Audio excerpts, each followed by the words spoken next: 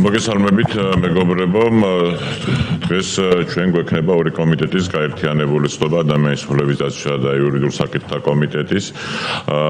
არის ერთი საკითხი, პირველ რიგში ადამიანის უფლებების დაცვისა და სამოქალაქო ინტეგრაციის კომიტეტის წევრებს მინდა გთხოვოთ, რომ დღის წესრიგი დავამტკიცოთ. ის ერთი საკითხი, რომელსაც განვიხილავთ, არის ანტიკორუფციული ბიუროს 2024 წლის საქმიანობის ანგარიში, რომელსაც ამავე ბიუროს ხელმძღვანელი პატრონი რაჟდენ კუპრაშვილი წარმოგიდგენს. ადამიანის უფლებების კომიტეტის წევრებს გთხოვთ დავამტკიცოთ დღის წესრიგი. დიდი მადლობა, ბატონო არჩილ. დიახ, ჩვენს მადლობა ბატონ რატი, იურიდიულ საკითხთა კომიტეტის კორუმი გვაქვს, შესაბამისად შეგვიძლია რომ დავამტკიცოთ დღის წესრიგი ერთიანი, მადლობთ. შეგვიძლია რომ გადავიდეთ უკვე ანგარიშის მოსმენაზე, გთხოვთ ბატონ რაჟდენ.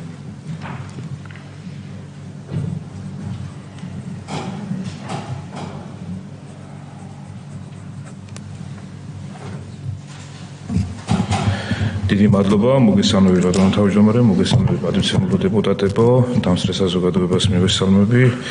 მოხარული ვარ, რომ აქვს პატივი წარმოგიდგინოთ ანტიკორუფციული ბიუროს 2024 წლის ანგარიში.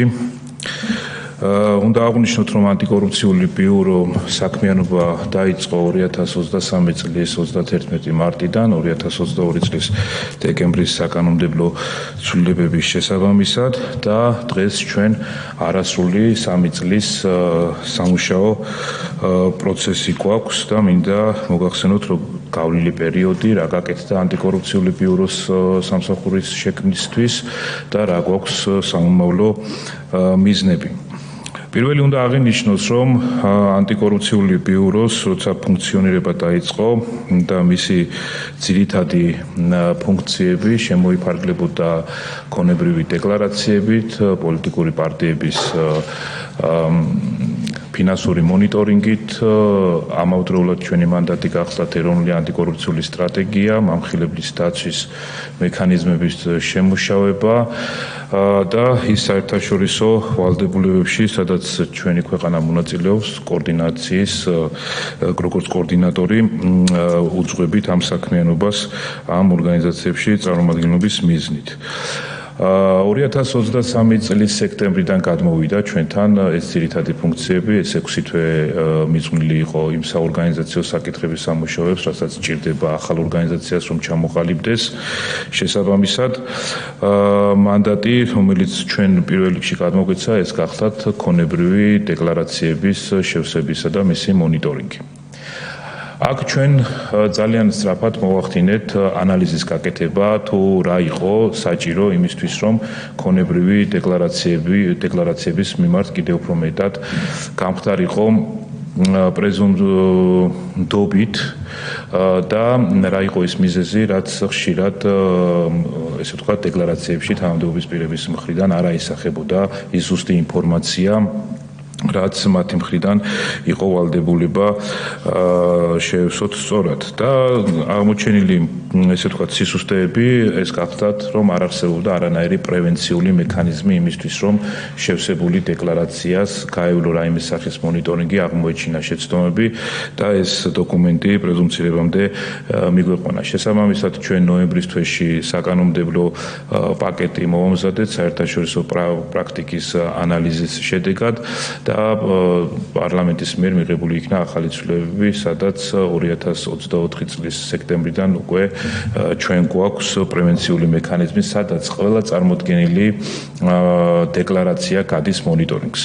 რას ნიშნავს ეს მონიტორინგი? ანუ წარმოდგენილ დეკლარაციაში ნებისმიერი ასახული ინფორმაცია მოწმდება ანალიტიკოსების მიერ და ეს პროცესი არის დაახლოებით 2 თვიანი და ამ 2 თვის განმავლობაში გადის შემოწმებას ყველა ის გრაფა, საინფორმაციო გრაფა, სადაც სხვადასხვა სახის ინფორმაციები აისახება და მხოლოდ ამის შემდგომ ხდება მისი საჯაროობა და გამოქვეყნება. რა თქმა უნდა, ესეთი პრევენციული მექანიზმის არსებობის პირობებში ნაკლებად არის სავარაუდო, რომ დაშვებული იქნას შეცდომა, სადაც ხშირ შემთხვევაში ჩვენ ნახულობდით ესეთ ფაქტებს, როცა თანამდებობის პირს არ ქონდა კონკრეტული ქონება ასახული ქონებრივ დეკლარაციაში, მაგრამ საჯარო რეესტრის ბაზაში შეგეძლო ადვილად გეპოვნა ეს ქონება. ამავდროულად გამოწვევა იყო ტექნიკური თვალსაზრისით ეს ეგრეთ წოდებული პროგრამა, რომლის მეშვეობითაც ხდება დეკლარაციების შევსება, ჩვენ ამ მიმართულებითაც ვიმუშავეთ, გარკვეული შეფერხებები ვქონდა, თქვენ იცით, რომ დაახლოებით 6 თვის განმავლობაში არ იყო ხელმისაწვდომი საჯაროდ პროგრამის მეშვეობით, თუმცა ეს განპირობებული იყო იმ მიზეზით, ტექნიკური მიზეზით, რომელიც საკანონმდებლო ცვლილებამ მოიტანა, ჩვენ მოგვიწია პროგრამაში ჩარევა, რომ ის 2 თვის განმავლობაში, რასაც პროგრამა მანამდე ავტომატურად აკეთებდა და წარდგენილ დეკლარაციას 48 საათში აქვეყნებდა, ყოველგვარი, ესე ვთქვათ, ადმინისტრირების გარეშე. უკვე პროგრამის ცვლილებით ეს დეკლარაცია, წარმოდგენილი დეკლარაცია მხოლოდ ადმინისტრაციული წარმოების გავლის შემდგომ ხდება საჯარო. თუმცა ეს ხარვეზიც აღმოფხვრილია და შესაბამისად ეს პროცესიც, ესე ვთქვათ, მიმდინარე გახლავთ, რაც ძალიან მნიშვნელოვანი არის. შემდგომი ჩვენი მანდატი, რაც ასევე გასული წლის გაზაფხულის ცვლილებებით, საკანონმდებლო ცვლილებებით გვაქვს, ეს არის ეთიკა და კეთილსინდისიერების მიმართულებით, ეს არის ძალიან მნიშვნელოვანი მიმართულება. ჩვენი მიზანი არის, რომ ეთიკური ნორმები კიდევ უფრო მეტ მაღალ სტანდარტზე იქნას მიღწეული საჯარო დაწესებულებებში და ამავდროულად ჩვენს ქონებრივ დეკლარაციებში ასევე უფრო მკაფიოდ იყოს გამოკვეთილი ის ინტერესთა შეუთავსებლობის საკითხები, რაც შეიძლება საომრობლო თანამდებობის პირს წარმოეშვას და ამასთან დაკავშირებით ანტიკორუფციული ბიუროს მხრიდან შემუშავებული არის და მომზადებული არის მთელი რიგი ანალიტიკური დოკუმენტები იმ პრაქტიკებთან დაკავშირებით, რომელიც აქვს ევროპულ ქვეყნებს გამოყენებული და ვფიქრობთ, რომ მომავალშიც პარლამენტთან იქნება აღნიშნული წინადადება წარმოდგენილი, რათა უფრო კიდევ სწორად იყოს გამართული ქონებრივი მდგომარეობის დეკლარაციების საჯაროობა და აღნიშნული პროცესი. ძალიან მნიშვნელოვანი მანდატი, რაც გვაქვს, როგორც კი აღნიშნე, ეს არის პოლიტიკური პარტიების დაფინანსება. პოლიტიკური პარტიების დაფინანსება და მისი გამჭვირვალობას ანტიკორუფციული ბიურო უზრუნველყოფს დეკლარაციების კუთხით, თუმცა აქაც ჩვენ როცა 2023 წლის სექტემბრიდან გადმოვიდა ჩვენთან მანდატი, ჩვენ სიტუაციური ანალიზის შედეგად დავასკვენით, რომ არ არსებობდა მექანიზმი იმ წარმოდგენილი ინფორმაციის შესწავლის და შემოწმების. საკანონმდებლო ცვლილებით ანტიკორუფციულ ბიუროს მიენიჭა უფლებამოსილება ჩაატაროს ადმინისტრაციული წარმოება და შეისწავლოს წარმოდგენილი ინფორმაცია პოლიტიკურ პარტიებთან დაკავშირებით.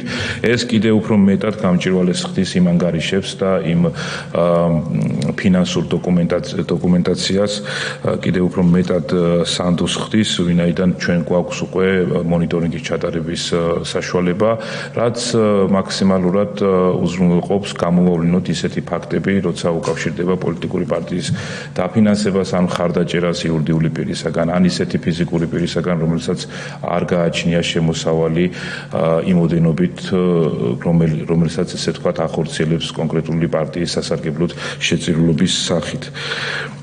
ამ კუთხითაც გასული წელი ძალიან მნიშვნელოვანი იყო, დაახლოებით 2 მილიონზე მეტი სამართალდარღვევა იქნა გამოვლენილი და პრევენციამ მოგცა ის, რომ ჩვენს მოქალაქეებს კონკრეტული პოლიტიკური პარტიების მიმართ უფრო მეტი ინფორმაცია გააჩნდათ, რაც მათ ეხმარებათ ინფორმირებული არჩევანის გაკეთების საშუალებებში. ესევე ამ მანდატის ფარგლებში გამოვლენილი იქნა ისეთი ფაქტები, როცა კონკრეტული იურიდიული პირები თუ ფიზიკური პირები ეწეოდნენ პოლიტიკურ საქმიანობას, შეფარვით პოლიტიკურ საქმიანობას, ჩვენ მოგვიწია რამოდენიმე მნიშვნელოვანი გადაწყვეტილების მიღება. ვიცით, რომ კანონით არის გათვალისწინებული გაცხადებული საარჩევნო სუბიექტად ცნობა, რაც იმას ნიშნავს და უზრუნველყოფს აღნიშნული სტატუსი, რომ ყველა იურიდიულმა პირმა თუ ფიზიკურმა პირმა გაასაჯაროოს ის პოლიტიკური საქმიანობისთვის დანახარჯები. რათა მოქალაქეებს ჰქონდეთ ნდობა, ამ კუთხით საინტერესო იყო ის, რომ ყველა ჩვენი გადაწყვეტილება, რომელიც მიმართული იყო ამ ბიზნესკენ, ყველა ეს სუბიექტი საბოლოო ჯამში არჩევნებში მიიღეს მონაწილეობა კონკრეტული პოლიტიკური პარტიების სიებში აღმოჩნდა. შემდგომი ჩვენი ძალიან მნიშვნელოვანი მანდატი გახალავთ მამხილებლის დაცვის მექანიზმები. ამ კუთხითაც, როცა ჩვენთან ეს მანდატი გადმოვიდა, ეს იყო 2023 წლის სექტემბერი, მე მითო ვახდენ ხაზგასმას, ჩვენ უნდა გვესმოდეს ყველას ამ მცირე დროში რა შეიძლება მაქსიმალურად გაკეთდეს. ჩვენ ჩავატარეთ მნიშვნელოვანი კვლევები და ანალიზი, თუ რა შეიძლებოდა კიდევ დამატებით დაცვითი მექანიზმები ყოფილიყო კანონმდებლობით განსაზღვრული. ევროპული პრაქტიკიდან გამომდინარე და მათი რეკომენდაციების შესაბამისად ჩვენ პარლამენტთან წარვადგინეთ გარკვეული წინადადებები, რაც დაკავშირებული იყო მამხილებლის ადვოკატირებას, მამხილებლის ფსიქოლოგიის დახმარებას და ამ აღნიშნულმა კიდევ უფრო მეტი გარანტიები შესძინა მამხილების ინსტიტუტის დაცვას, რაც ძალზე მნიშვნელოვანია. ასევე ამ მიმართულებით ჩვენ შევქმნით ახალი პლატფორმა, მოვახდინეთ დიგიტალიზაცია ამ პროცესის, რომლის პრეზენტაციაც, ესე ვთქვათ, რამოდენიმე თვეში გვექნება, რომლის მეშვეობითაც მამხილებს შეიძლება ელექტრონულად წარმოადგინოს თავისი მოსაზრება კონკრეტულ ფაქტთან დაკავშირებით და ამავდროულად ჩვენ შევქმნით სპეციალური დებულება, რომელიც ითვალისწინებს შიდა მამხილების პროცესების დაცვას. ეს დებულება საბოლოო ჯამში ყველა საჯარო დაწესებულებისთვის იქნება გარკვეული სტანდარტი, რომლის მიხედვითაც მათმა უკვე უნდა მოახდინოს შიდა რეგულაციებში დანერგვა აღნიშნული სტანდარტის და სადაც მამხილებელს ექნება გარანტიები, რომ შიდა მამხილების დროს მისი უფლებები არ იქნება დაცული და ელექტრონული პლატფორმით საქმის წარმოება კიდევ უფრო მეტად გამჭვირვალეს გახდის იმ საქმის წარმოების შედეგად მიღებულ გადაწყვეტილებების სიზუსტეს, რაც ესე ვთქვათ მნიშვნელოვანია. ზოგადად მამხილების ინსტიტუტი ჩვენთვის ანტიკორუფციული ბიუროსთვის გამოვლენისთვის, სამართალდამცველობის გამოვლენისთვის, დანაშაულის გამოვლენისთვის არის ძალიან მნიშვნელოვანი და მაქსიმალურად ვცდილობთ, რომ ამ კუთხით ცნობიერების ამაღლების კამპანიებით ჩვენ შევეცადოთ, რომ ყველა რეგიონში, მათ შორის ისეთ რეგიონებში, სადაც ეთნიკური უმცირესობები არიან წარმოდგენილი, ესე ვთქვათ, ჩავატაროთ ისეთი სახის კამპანიები, რომელთათვის იქნება გაგებული აღნიშნული სანდო ჩვენი, ესე ვთქვათ, დახმარება და ჩვენი ჩართულობა კონკრეტული კორუფციული ფაქტის მხილების ნაწილში და მათი უფლებები იქნება დაცული.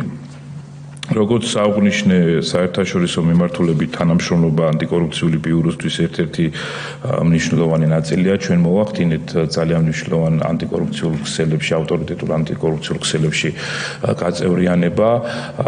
დღეს უნდა აღინიშნოს, რომ მამხილების ქსელში ეს არის ნეივას ქსელი, რომელიც ევროპული ქვეყნების მიერ არის, ესე ვთქვათ, დაფუძნებული. ჩვენ გავხდით მისი წევრი და დღეს უკვე ვართ გამგეობის წევრი. აქვთ შესულ ახალხანს 2 კვირის გადაწყვეტილება და მართლ ბორჩი ვიღებთ მონაწილეობას. ესეც რა თქმა უნდა ჩვენი ქვეყნისთვის და ჩვენი სამსახურისთვის არის მნიშვნელოვანი, კიდევ უფრო მეტად იქნას გაზიარებული ჩვენს მიერ განხორციელებული რეფორმები ჩვენს პარტნიორ უწყებებთან და ამავდროულად ის სტანდარტები და ის პრაქტიკა, რაც გააჩნიათ ევროპული ქვეყნის ანტიკორუფციულ სამსახურებს, ჩვენი მხრიდანაც იყოს დაკვირვებული და შესწავლილი. ასევე ჩვენ უნდა შევეხოთ იმ საკანონმდებლო ცვლილებებს, რომელიც უკავშირდება ახალ მანდატს ანტიკორუფციული ბიუროსთვის. ეს გახლავთ გრანტების მონიტორინგი და ამავდროულად ეგრეთ წოდებული ფარას აღსრულების ნაწილში. უნდა აღინიშნოს, რომ ძალიან მოკლე დროში ანტიკორუფციულმა ბიურომ მოახდინა დიგიტალიზაცია ფარას აღსრულების ნაწილში ელექტრონული პლატფორმის მეშვეობით ნებისმიერ მომხმარებელს აქვს საშუალება დარეგისტრდეს აღნიშნულ საიტზე და გააკეთოს თავისი განაცხადი. ეს ძალზე მნიშვნელოვანი ნაწილი იყო და ამავდროულად ჩვენ ამ მიმართულებით ვიმუშავეთ, რომ უფრო მეტი საინფორმაციო კამპანია გვეწარმოებია ზოგადად ფარას მიზნებთან დაკავშირებით. უნდა აღინიშნოს, რომ დეზინფორმაციის კამპანიები დღესდღეობით არის ერთ-ერთი ყველაზე დიდი გამოწვევა ძალიან ბევრმა ორგანიზაციამ, რომელსაც შეიძლება შეეხოს ეს რეგულაციები, უბრალოდ არც იცოდნენ ამ რეგულაციების შესახებ. იმდენად დეზინფორმირებულია აღნიშნული პროცესი და მნიშვნელოვანი იყო, რომ უშუალოდ მათთან კომუნიკაციის პირობებში ვქონოდა საქმიანი შეხვედრები აღნიშნული კანონის აღსრულებასთან და იმპლემენტაციასთან დაკავშირებით, რაც ძალზედ კარგად მითის, თუმცა მომავალშიც მაგ მიმართულებით ვაგრძელებთ. ზოგადად უნდა აღინიშნოს, რომ ფარას კანონი ეს არის შესაძლებლობის კანონი, უნდა აღინიშნოს, რომ ფარას კანონი არ ზღუდავს რაიმე სახის საქმიანობას რომელიმე ორგანიზაციის მხრიდან. ეს არის შესაძლებლობა, სადაც ორგანიზაციებს ეძლევათ გამჭირვალედ ერთ პლატფორმის ფარგლებში დობაზე დაფუძნებული საქმიანობა აწარმოონ და ამავდროულად მე ვფიქრობ, ესეთი გამჭირვალე საქმიანობა კიდევ უფრო მეტად გასაგები ხდება და პატივსაცემი. ჩვენი შემდგომი მანდატი ასევე გახლავთ ეროვნული ანტიკორუფციული სტრატეგია. ეროვნული ანტიკორუფციული სტრატეგიასთან დაკავშირებით ანტიკორუფციულმა ბიურომ ამ მანდატის მიღებისთანავე დავიწყეთ ესე ვთქვათ მუშაობა, თუმცა უნდა აღინიშნოს, რომ აღნიშნული პროცესი მოითხოვს გარკვეულ დროს იმასთან დაკავშირებით, რომ გაკეთდეს სწორი სიტუაციური ანალიზი. სწორი სიტუაციური ანალიზი არა მხოლოდ კონკრეტულ საჯარო დაწესებულებებში, არამედ ზოგადად კანონმდებლობის კუთხით რა გვაქვს ესე ვთქვათ გასაუმჯობესებელი. შესაბამისად ანტიკორუფციული ბიურო სხვადასხვა საერთაშორისო ექსპერტებთან ერთად მუშაობთ იმ მოდელის შესაქმნელად, რომელიც კიდევ უფრო მეტად სიჯანსაღეს შეიტანს ამ მოდელის დანერგვის პირობებში, ნებისმიერ საჯარო დაწესებულებებში, უფრო ნათელს გახდის იმ ოპერაციებს, რაც უკავშირდება ფინანსური თუ საკადრო მიმართულებით, რათა დანახული იყოს, შემჩნეული იყოს ის სისტემური სისუსტეები, რამაც შეიძლება შექმნას კორუფციული რისკები.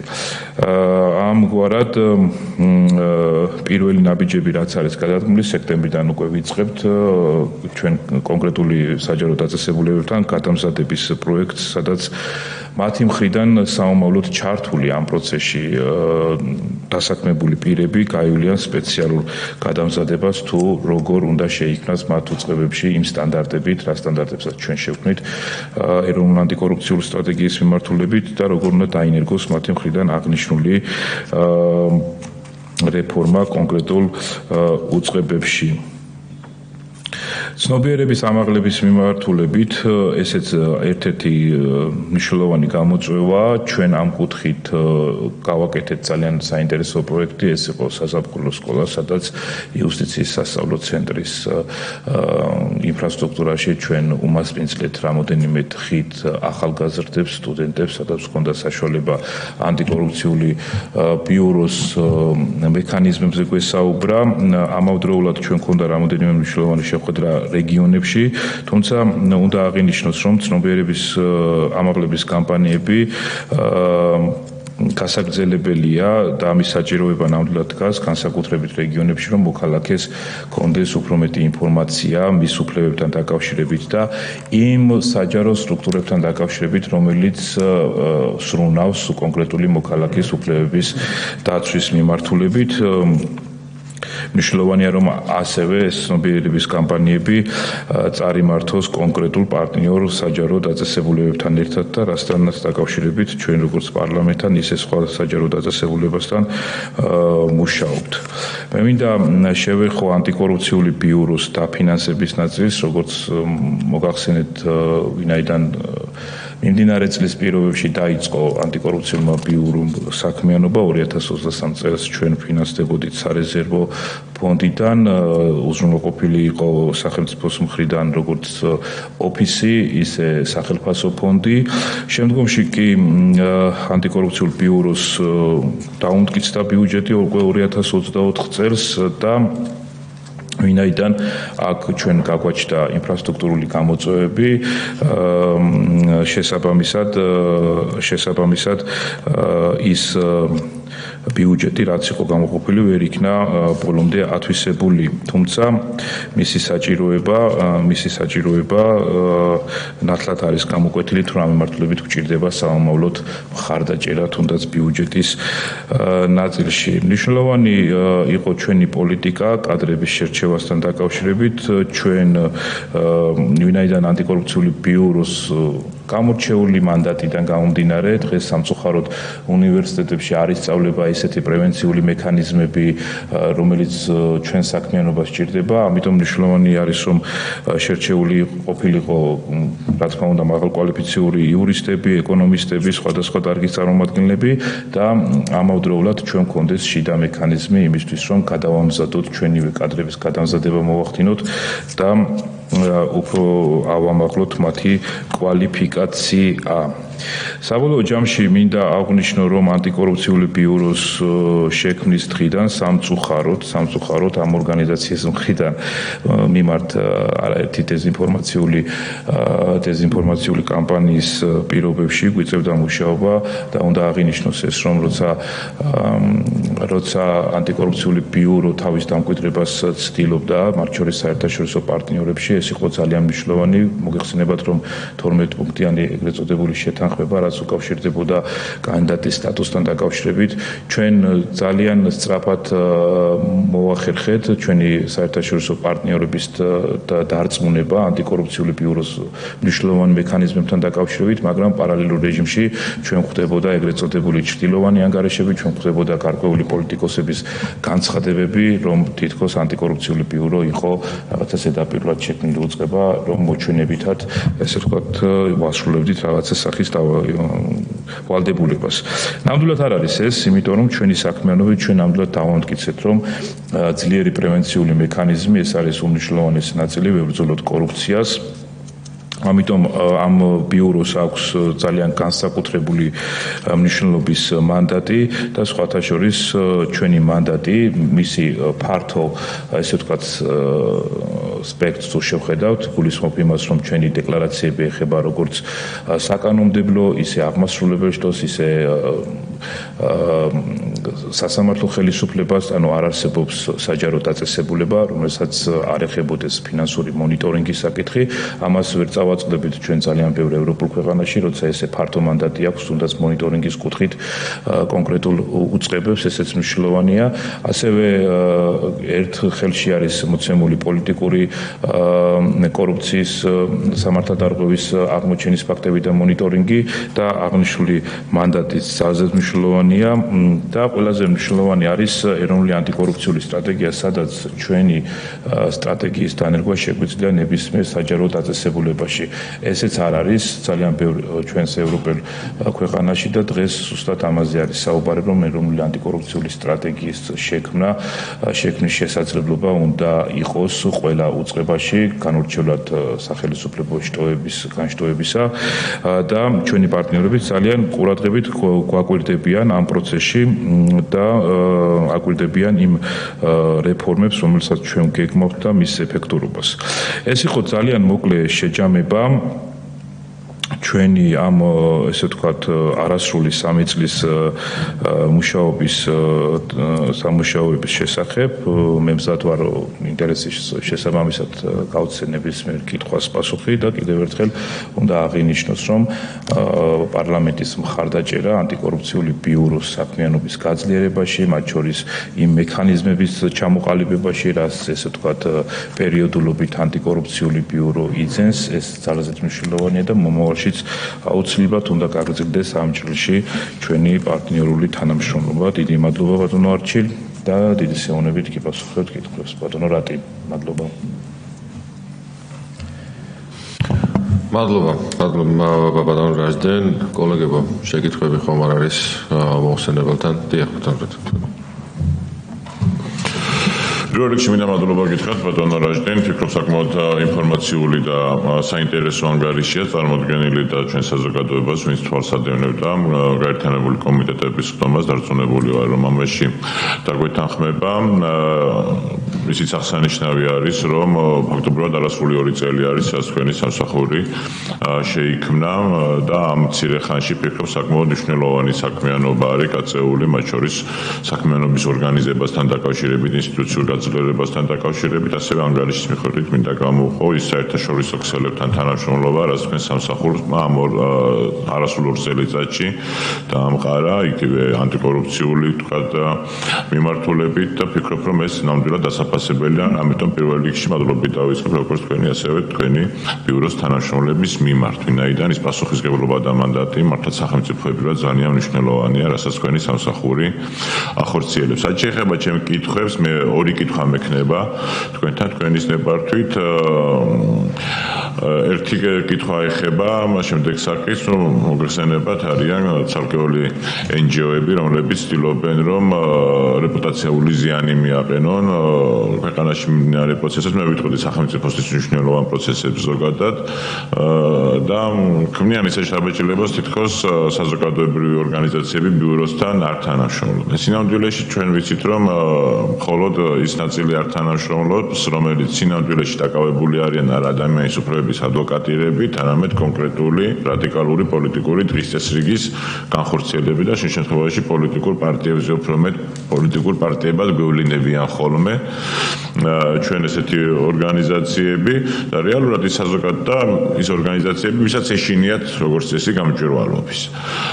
რეალურად ის საზოგადოებრივი ორგანიზაციები, რომლებიც მართლაც საზოგადოებისთვის საინტერესო და მნიშვნელოვან საკითხზე მუშაობენ, ადვოკატირებას ეწევიან სამოქალაქო ინტერესების, თქვენთან აქტიურად თანამშრომლობენ და მოდი საზოგადოებას რა უთხრათ, რომ ასეთი თანამშრომლობა რა დონეზე არსებობს, ამდენად ვთქვათ, არასამთავრობო ორგანიზაციებთან ხშირი კომუნიკაცია, ვთქვათ, ესეთი პარტნიორული თანამშრომლობა არსებობს და მეორე რამოდენიმე დღის წინ იყო ასევე, რომ ფაქტობრივად საზოგადოების სიცრუეში შეყვანის ცდელობა ჰქონდა, როდესაც პერსონალური მონაცემების საკითხებთან დაკავშირებით манипуляციური განცხადებები გაკეთდა და ფიქრობ, რომ ეს ტრიბუნად ძალიან ესეთი თქვენ გააკეთეთ ამასთან დაკავშირებით განცხადება და ვისაც საინტერესებდა ბევრმა მოისმინა, მაგრამ ფიქრობ, ამ ტრიბუნის გამოყენება კიდევ ერთხელ ძალიან საინტერესო და ეფექტური იქნებოდა ამ დეზინფორმაციის გასახარცხლად. დიდი მადლობა. დიდი მადლობა ბატონო რატი, თქვენ ძალიან მნიშვნელოვან საკითხებს შეეხეთ და დიდი მადლობა, რომ ამ საშუალება მომეცემა აქ გავაკეთო აღნიშნულ დაკავშირებით განცხადება. ძალიან სამწუხაროა, რომ დეზინფორმაციის კამპანია, რომელიც ხორციელდება, ამავდროულად გარკვეული შანტაჟის ფორმებს იღებს და რას გულისხმობ ახლა ამ შანტაჟის ფორმებში. როცა ჩვენ დავიწყეთ აღნიშნული კამპანიები, ძალიან ბევრმა არასამთავრობო ორგანიზაციამ თუ იურისტმა, მათ შორის საერთაშორისო ორგანიზაციებთან ჩვენ ღია კონსულტაციები გავმართეთ, შეხვედრები და სხვათა შორის უნდა აღინიშნოს, რომ მომდევნო კვირაშიც დაგეგმილი გვაქვს დაახლოებით 400 ორგანიზაციასთან შეხვედრა.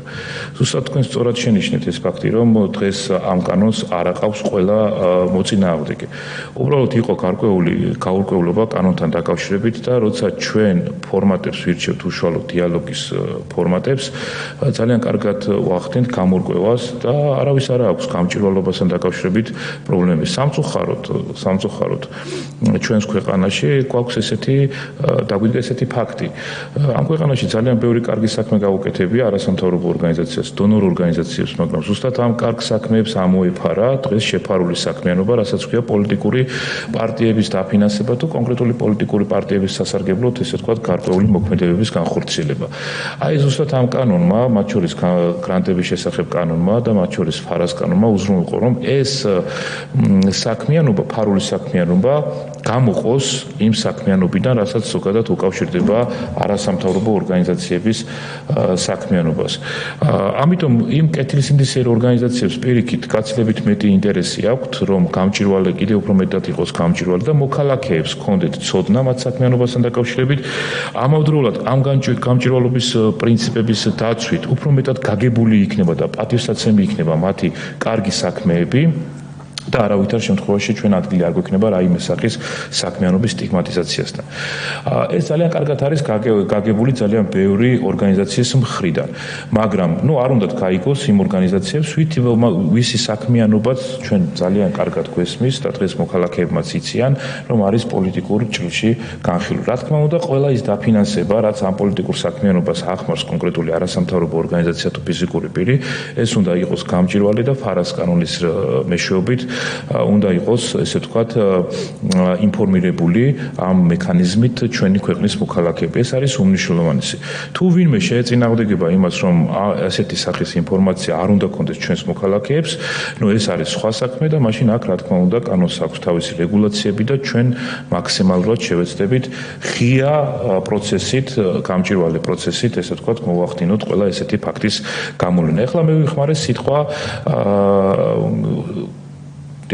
მე ვიხმარე სიტყვა შანტაჟი. რა არის ეს შანტაჟი? აი, რამოდენიმე დღის უკან გუშინ წინ რაღაც გარკვეული აქციის მსგავსი სამსახურთან მოგვიწყვეს, სადაც მოსულები იყვნენ ადამიანები, ვისი ოჯახის წევრები გარკვეულ დახმარებას, სხვადასხვა დახმარებებს საჭიროებენ. ამ ორგანიზაციის წარმომადგენლებს ამ ადამიანებს უთხრეს მარტივი, რომ იცით რა არის, აი ანტიკორუფციული ბიურო თქვენი შვილების, თუ იმ ადამიანების, იმ ბენეფიციარების პირად ინფორმაციებს ითხოვს და ხვალ იქნება ეს ყველაფერი საჯარო. მე პირადად შევხვდი, ჩავედი ამ აქციის მონაწილეებთან, ძალიან კარგი დიალოგი შეიქმნა ჩვენ შორის, ვისაუბრეთ ამ თემებთან დაკავშირებით.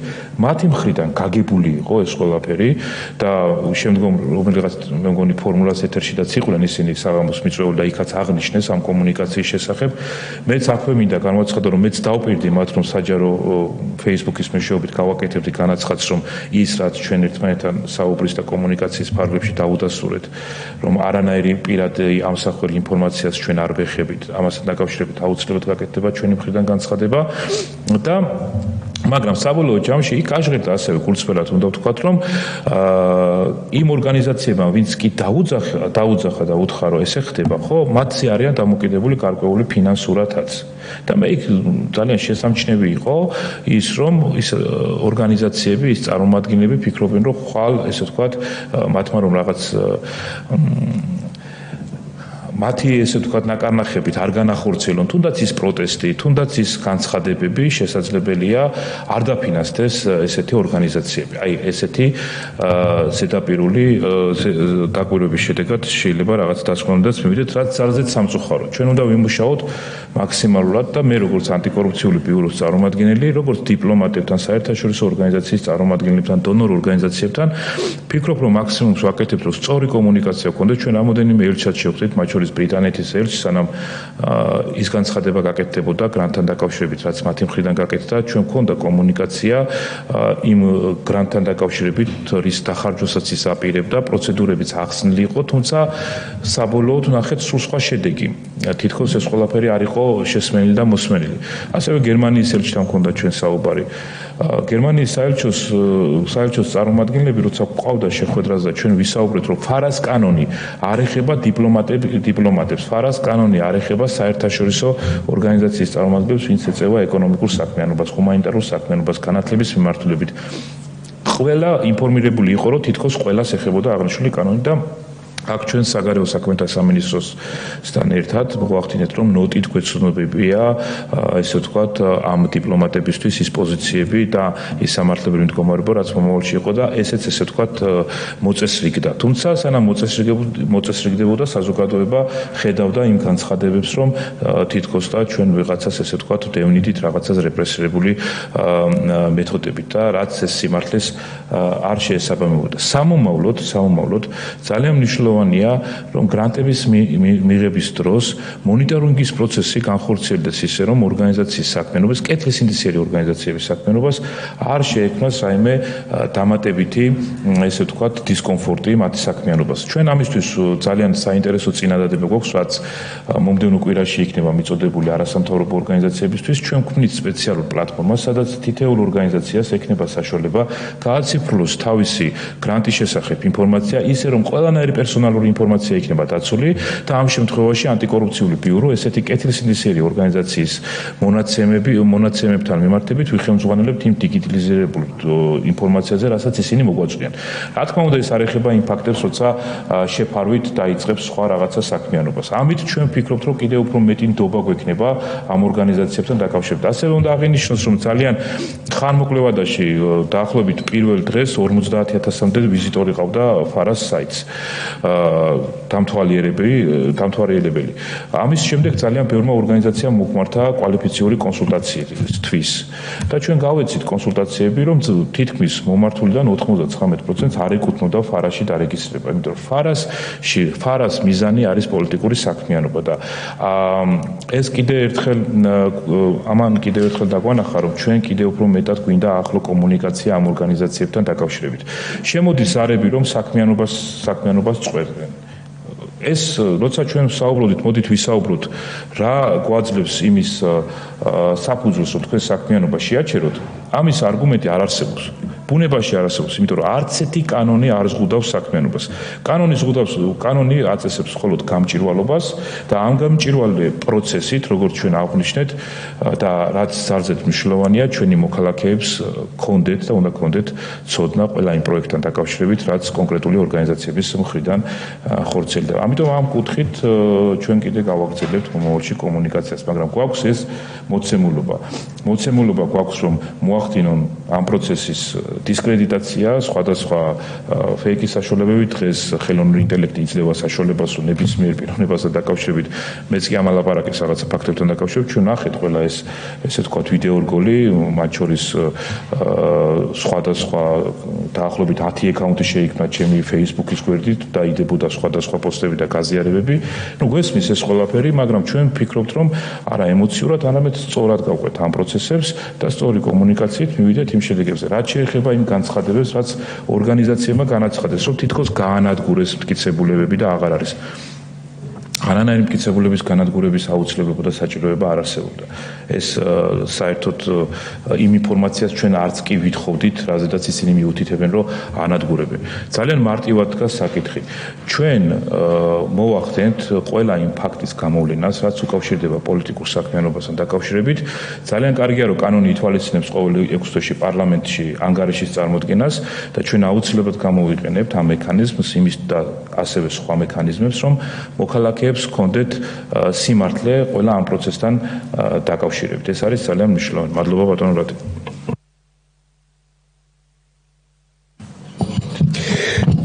მოგესალმებით ბატონო რაჟდან, პირველ რიგში მეც მინდა მადლობა გადაგიხადოთ საინტერესო პრეზენტაციისთვის. მithumetes რომ მართლაც ძალიან მოკლედ დრო გავიდა, მცირე დრო გავიდა, მას მერე რაც ამ ფუნქციები დაიტვირთა თქვენი სამსახური. ჩვენ ვიცით ბატონო რაჟდან რომ ფარას შესახებ კანონმდებლობა შეერთებულ შტატებში 30-იან წლების ბოლოს იქნა მიღებული, რომ პერიოდის შემდგომაც ის საკმაოდ აქტიურად და წარმატებით მუშაობს და ფუნქციონირებს. ძირითადი მიზანი დანიშნულება მისი გახლავთ გამჭირვალეობის საკითხის დადგენა, რაც ბუნებრივია, რომ სახელმწიფოს სუვერენიტეტის თვალსაზრისით მნიშვნელოვანი საყრდენია იმისთვის, რომ სუვერენიტეტის შერყევის თვალსაზრისით არ მოხდეს გარე ძალების მხრიდან ინტერვენციები თანხმობრივი კუთხით სახელმწიფოსში ფაქტურად შემოდინების გზით. ჩვენ ისიც ვიცით, რომ ფარას წინამორბედი კანონის მიღებისას ასევე მუშავდებოდა ევროკავშირში, ანალოგიური საკანონმდებლო ცვლილებებზე იყო მზად ევროკავშირი, თუმცა ეგრეთ წოდებულ განმარტებით ბარეთში, რომელიც თან ახლავს ამ საკითხს, იქ იყო ასეთი რამ აღნიშნული, რომ ეს კი მნიშვნელოვანი და კარგი საკანონმდებლო სივრცეა, მაგრამ ახლა ჩვენ რო ეს მივიღოთ ეს საკანონმდებლო დანაწესი, მე რასინდისით მოვთხოვოთ ქართველებს იმის უკან წაღება, რაც მათ მიიღეს და დაადგინეს. ჩემი კითხვა მდებარეობს შემდეგში. გადგებათ თუ არა? ხო, ჩვენ ასევე ვიცით, რომ ჩვენი ქართული ფარას კანონი არის პრაქტიკულად ანალოგი ამერიკის შეერთებული შტატების საკანონმდებლო და რეგულაციისა, იმ კონკრეტული გამონაკლისების გათვალისწინებით, რაც ახლა ადეკვატურია ჩვენი ქართული სახელმწიფოებრივი მოწყობისთვის. პირველი კითხვა, გადგებათ თუ არა მაინც შეერთებული შტატების პრაქტიკა ფარას კანონმდებლობის იმპლემენტაციის შემდგომ, ძალის შესვლის შემდგომ თქვენივე საქმიანობისთვის, ამ კუთხით ალბათ გამოცდილებაც ზუსტად იმ ქვეყნისა, სადაც ანალოგიური კანონმდებლობა ფუნქციონირებს და წარმატებით ფუნქციონირებს არის მნიშვნელოვანი. და მეორე, თქვენ კი ამაზე ისაუბრეთ როგორც მოხსენებაში, ასევე შემდგომ კითხვაში, მაგრამ მაინც მინდა რომ ხაზი გავუსვათ და საზოგადოების ყურადღება გავამახვილოთ კანონის იმპლემენტაციის პირობებში რა სირთულეებთან, ანუ რა მხრივ წარმატებული იყო იმპლემენტაცია, რო თქვენ თქვით, აი მოკლე დროის მიუხედავად და რა სირთულეები არის ისეთი, რომელიც რაღაც გამოწვევის სახით არის დღეს ანტიკორუფციული ბიუროს მიმართ. მადლობა.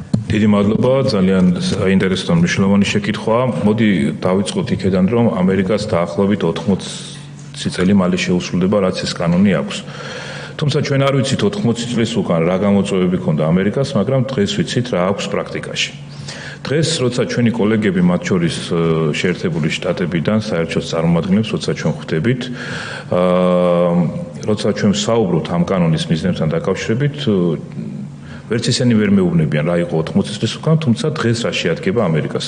დღეს ისინი ამბობენ, რომ ძალიან ცოტაა სტატისტიკა, როცა ფარაში რეგისტრირდება ესა თუ ის კომპანია. დიახ, სწორია, შეიძლება ამერიკასთან, ანუ მასშტაბებს თუ შევადარებთ 500 მილიონიან ქვეყანასა და საქართველოს შორის, ცოტაა შეიძლება ამ თვალსაზრისით, მაგრამ არის მოწესრიგებული ის საკითხები, რომ თითქმის მისული არის იმ ზღვრამდე, რომ მინიმალისტურამდე არის ფაქტები, რომელიც ესე ვთქვათ, გამოულენია ფარას. ეს არის ზუსტად ამ კანონის შედეგი, რაც ამ წლის განმავლობაში მიიღო, ესე ვთქვათ, ამერიკის შეერთებულმა შტატებმა.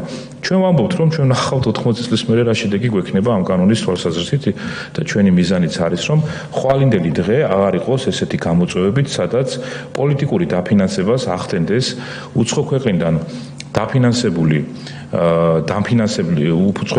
უცხო ქვეყნის ფულით დაფინანსებული ორგანიზაციები, სადაც უცხო ქვეყნის კომპანიის დირექტორები პირდაპირ დავალებებს აძლევენ, უცხო ესე ვთქვათ დონორები, ყველა ის საგრანტო ხელშეკრულება, გარკვეული საგრანტო ხელშეკრულების მიღმა არის შეფარული მოლაპარაკებები, რაში უნდა დაიხარჯოს კონკრეტული თანხა. და როცა მე დონორებს დავუყენე საკითხი და უთხარი, რომ ანტიკორუფციულ ბიუროს გთავაზობთ ესეთი პრაქტიკის დამკვიდრების, რადგან თქვენთვის მონიტორინგი არის პრობლემა, თქვენ ხომ სადონორო ხელშეკრულებაში გაქვთ შესაძლებლობა მოახდინოთ მონიტორინგი, სად იხარჯება ის ფული, რომელსაც თქვენ ახდენთ, იმ ანგარიშებით, რა ანგარიშებსაც თხოვთ კონკრეტულ, ესე ვთქვათ, ბენეფიციარებს. და მე შევთავაზე ესეთი ფორმატი, რომ ჩვენ შეგვიძლია აი ამ ანგარიშების შესწავლის შედეგად გამოვიყენოთ და არ შევაწუხოთ ზედმეტად, ესე ვთქვათ, ეს ორგანიზაციები, სამწუხაროდ ამ წინადადებას არ მოყვა ესე ვთქვათ განგწობადობა. მე ვფიქრობ, რომ დასაფიქრებელია მომავალშიც და კეთილსინდისიერი დონორი ორგანიზაცია, რომელიც თავისი ანგარიშით იბარებს ესე ვთქვათ შესრულებულ საგრანტო თანხები თუ რაში დაიხარჯა, ჩვენ შეგვიძლია ესეთი ფორმატით შევთავაზოთ ყველა ამ ესე ვთქვათ ეს იქნება დონორი ორგანიზაცია თუ არასამთავრობო ორგანიზაცია. ყველანაირ თანამშრომლობის ჭრილში განვიხილავთ იმისთვის, რომ კიდევ უფრო მეტად ესე ვთქვათ ჰარმონიზება მოვახდინოთ იმ პროცესის, რასაც ქვია მონიტორინგის პროცესი. მეორე, რაში გვეხმარება ფარა? ფარა ეხმარება ქართულ ხალხს პირველ რიგში. და რატო იყო ამ კანონის მიღება ჩემი აზრით აუცილებელი და დუძრაულობაზე არ ვიტყვი, არ შევაფასებ. ნახეთ, 2024 წელს, როცა ანტიკორუფციული ბიუროს საქმიანობის შედეგად რამოდენიმე არასამთავრობო ორგანიზაცია და ფიზიკური პირი ვცანი გაცხადებულ საარჩევნო სუბიექტად, ეს იყო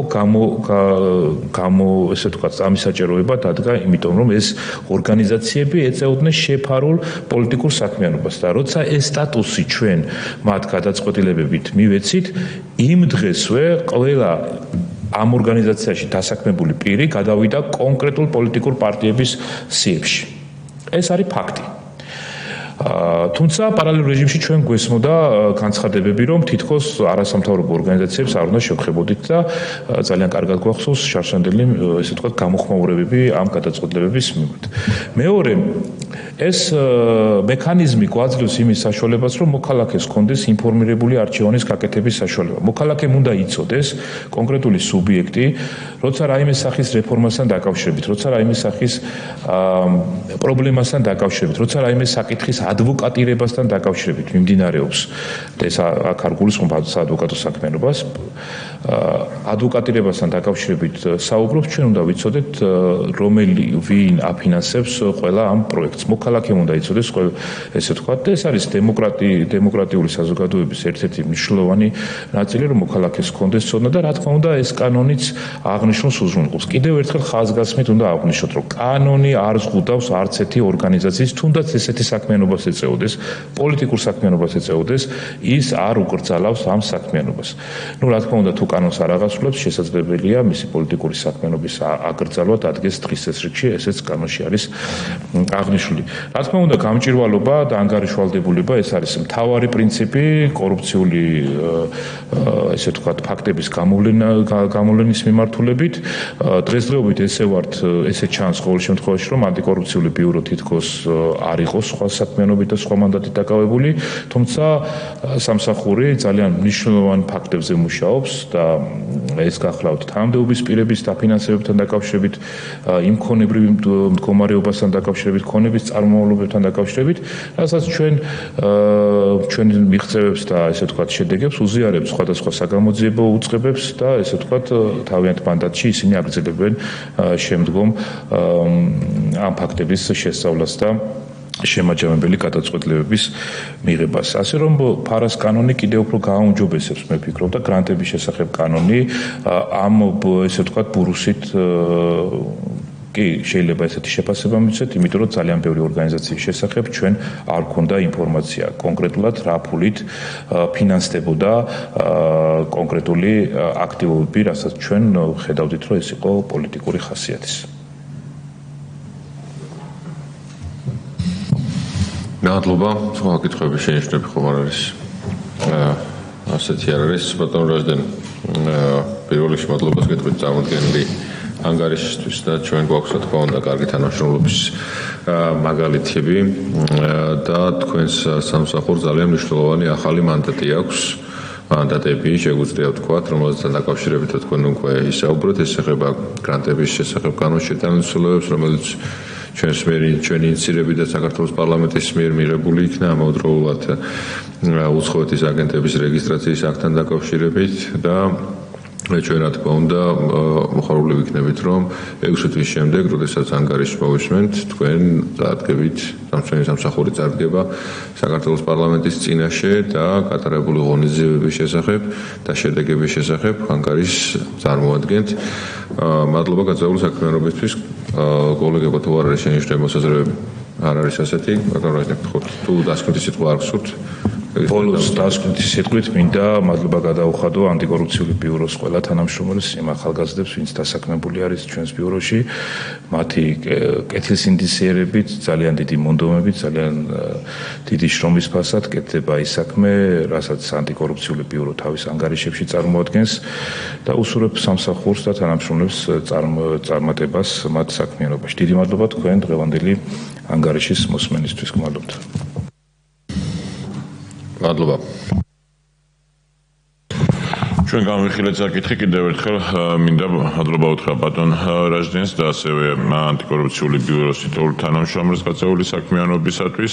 დასკვნის სიტყვისთვის მეც ვიტყვი, დიახ, ფარას ამერიკული რეესტრი საინტერესო არის არა მხოლოდ ამერიკის შეერთებული შტატების მოქალაქეებისთვის, არამედ სხვა ქვეყნის მოქალაქეებისთვისაც, მათ შორის საქართველოს მაგალითზე ჩვენ შეგვიძლია ვთქვათ, დღეს საგამოძიებო კომისიას უსმენდი და გამახსენდა თავის დროზე მამუკა მდინარაძის ბრიფინგი, რომლის მეშვეობითაც ჩვენმა საზოგადოებამ გაიგო, რომ ბათო ქუთელია, რომელიც ნაციონალური მოძრაობის სახელით აწერდა ხელს ნაციონალური მოძრაობის ლობისტურ ხელშეკრულებას და ამავდროულად იყო ატლანტიკური საბჭოს ოფიციალური თანამშრომელი. და მაშინ ატლანტიკურ საბჭოს ბოდიშის მოხდაც კი მოუწია, გვახსოვს ჩვენ და ასევე გვახსოვს, როდესაც ბატონი კეზერაშვილი, რომელიც საკუთარ თანამშრომლებს ფორმულაში ხერხასაც არ უხდიდა $1,000,000 ხარჯავდა ესეთ ხელშეკრულებებში, რომელიც საქართველოს გაშავებისთვის იყო ეგ დადებული და ძალიან ბევრი რამ გავიკეთ ჩვენ ამერიკული ფარას შესახებ, იმ ადამიანების ანტიქართული საქმიანობის შესახებ, რომლებიც მილიონებს ხარჯავდნენ სწორედ საქართველოს საწინააღმდეგოდ. ამიტომ ეს ფაქტიც ნიშნავს იმას, რომ ფარა დღესაც ძალიან ეფექტურად მუშაობს არა მარტო ამერიკის შეერთებული შტატების, არამედ მსოფლიო დემოკრატიისთვის შეიძლება ითქვას. ჩვენ შეგვიძლია დღის წესრიგზე დავაყენოთ აღნიშნული საკითხი, ადამიანის უფლებების კომიტეტისა და უფლებების დაცვისა და სამოქალაქო ინტეგრაციის კომიტეტის წევრებს მინდა გთხოვოთ ჩვენ უნდა შევაფასოთ დადებითად ანტიკორუფციული ბიუროს 2024 წლის საქმიანობის ანგარიში. ვინ არის თანახმად, რომ შეფასდეს დადებითად? მადლობა. კენჭი უყარეთ ჩვენ, ბატონო არჩილ. ანალოგიურად იურიდიულ საკითხთა კომიტეტის წევრებს გთხოვთ, ვინ არის მომხრე, რომ დადებითად იქნეს შეფასებული ანგარიში, წარმომადგენელი ანგარიში. მადლობა. ჩვენ დავასრულეთ გაერთიანებული კომიტეტების ხდომა. დღის ეს გათვალისწინებული საკითხები ამოწურულია. მადლობა ჩართულობისთვის, მადლობა საქმიანობისთვის. კარგ დღეს გისურვებთ.